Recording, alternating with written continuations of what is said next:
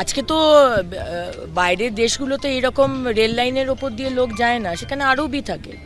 Rail লাইনের ওপর দিয়ে রেল ওভারব্রিজ আগের সরকার করতে দেয়নি। যে কোনো উন্নয়নের কাজ, আজকে দাঁড়িয়ে আছি আবার একটি স্টিল কোম্পানির ফাউন্ডেশন স্টোন আজকে লে করা হবে। আমাদের 60 দিন বয়স আমাদের এই সরকারের।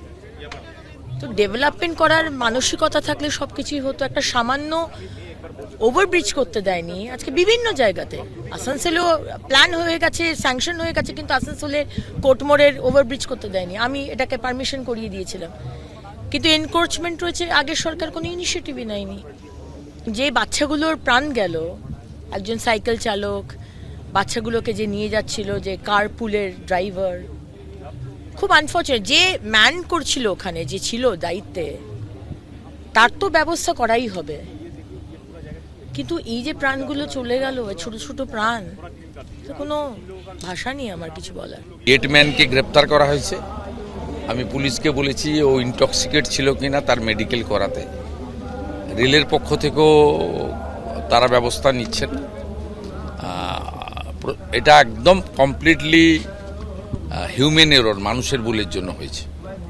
এটা কোনো দুর্ঘটনা নয়, এ ক্ষমার অযোগ্য অপরাধ গেটম্যান করেছে। এটা ক্ষমা করার মতো জায়গায় নেই। প্রথমেই আমি সকাল 9টার সময় এসপিকে বলেছি আপনি গেটম্যানকে ধরুন। এটা বাচ্চাদের স্কুলের বাচ্চাদের নিয়ে যাচ্ছিল এবং সেই মুহূর্তে এক ভদ্রলোকও সাইকেল নিয়ে যাচ্ছিলেন। তো ওনারা ওই মুহূর্তে লেভেল ক্রসিংয়ের উপরেই ছিলেন। সেই মুহূর্তে গাড়ি ঢুকে গেছে এবং এই অ্যাক্সিডেন্টটা হয়েছে। এই ঘটনার পরে আমরা কমপ্লেন পেয়েছি স্টেশন মাস্টারের কাছ থেকে। গেটম্যানকে অ্যারেস্ট করা হয়েছে, তদন্ত শুরু হয়েছে। যার অ্যাকশন নেওয়া হবে, লিগাল অ্যাকশন নেওয়ার যেটা আছে সেটা নেওয়া হবে। অলরেডি আমরা অভিযোগ পেয়েছি, কেস স্টার্ট হয়েছে এবং এটা তদন্ত চলছে। মুর্শিদাবাদের কর্ণসুবর্ণ এলাকার এটাই গোবিন্দপুর রেলগেট। আর আমার পেছনে গোবিন্দপুর রেলগেটের ঠিক যে ঘর থেকে নিয়ন্ত্রণ করা হয় এখানে লেভেল ক্রসিংয়ের ওঠানামা। পোশাকিভাবে রেলের খাতায় নাম্বার রয়েছে 24-এর A/2।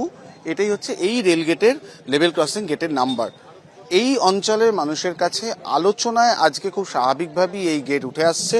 এখনো পর্যন্ত 5টি মর্মান্তিক মৃত্যু, কিন্তু স্থানীয় বাসিন্দারা জানাচ্ছেন আজকের ঘটনা হয়তো চোখ খুলে দিয়েছে, কিন্তু এটা প্রথমবার নয়।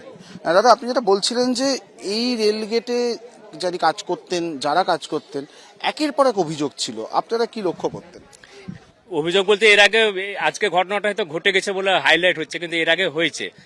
এর আগে অনেকবার মৌখিকভাবে জানানো হয়েছে এদেরকে যে এরকম ঘটনা যেন না ঘটে। কারণ ইনি আজকে যিনি ছিলেন, এর আগে দেখা যায় ড্রিঙ্ক করে তিনি তার ভূমিকা পালন করতেন এবং অনেক সময় দেখা যায় অনিয়মিত, যে স্টেশন মাস্টারের ইনফরমেশনগুলো মেনে চলতেন না। তারপর এর কিছুদিন আগে ঘটনা হয়েছিল, আমরা জানিয়েছিলাম যে দেখা যাচ্ছে ট্রেন চলে যাচ্ছে অথচ গেট খেলা নেই। আবার রাত্রে অনেক সময় দেখা যায় হয়তো তিনি গেট ফেরিতে ঘুমিয়ে যাচ্ছেন ড্রিঙ্ক করে। আজকে তার পুনরাবৃত্তি ঘটেছে। আজ মনে হচ্ছে যে এরকম দুর্ঘটনা অন্য যে কোনো দিন হতে পারতো। আমরা হয়তো সজাগ, জনগণ হয়তো সজাগ ছিল বলে হয়নি তখন। হ্যাঁ, রাত্রেবেলা বন্ধ থাকতো। রাত্রেবেলা 9টা+ হয়ে যেত, তো গেট বন্ধ করতো, ঘুমিয়ে যেত। তখন হরেন বাইকে 10 মিনিট 15 মিনিট হরেন বাজানোর পরে তখন উঠে এসে তখন গেট উঠাতো। রাত্রেবেলা এরকম ছিল। কতদিন দেখেছি দিনের বেলাতে ট্রেন চলে গেছে, গেট উঠানো হয়ে গেছে, তারপরে গেট নেমেছে। এরকম হয়েছে অনেকবার।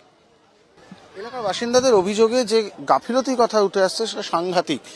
কখনো গেট খোলা রয়েছে, ট্রেন বেরিয়ে গেছে, কখনো ট্রেন চলে গেছে কিন্তু তারপরে কয়েক মিনিট কয়েক ঘন্টার কাছাকাছি চলে যাচ্ছে, গেট খোলা হচ্ছে না, অথচ গেটম্যান তার নিজস্ব ঘরেই বসেছিলেন। এই ঘটনাগুলোর অভিযোগ জানানো সত্ত্বেও সেভাবে ব্যবস্থা নেওয়া হয়নি। তারই পরিণতিতে আজকের দুর্ঘটনা, এমনটাই মনে করছেন অনেক স্থানীয় বাসিন্দাই। ক্যামেরা দীপ্তেন্দু চক্রবর্তীর সঙ্গে অরিত্রিক ভট্টাচার্য, এবিপি আনন্দ, মুর্শিদাবাদ। এবিপি আনন্দ, এগিয়ে থাকে, এগিয়ে রাখে।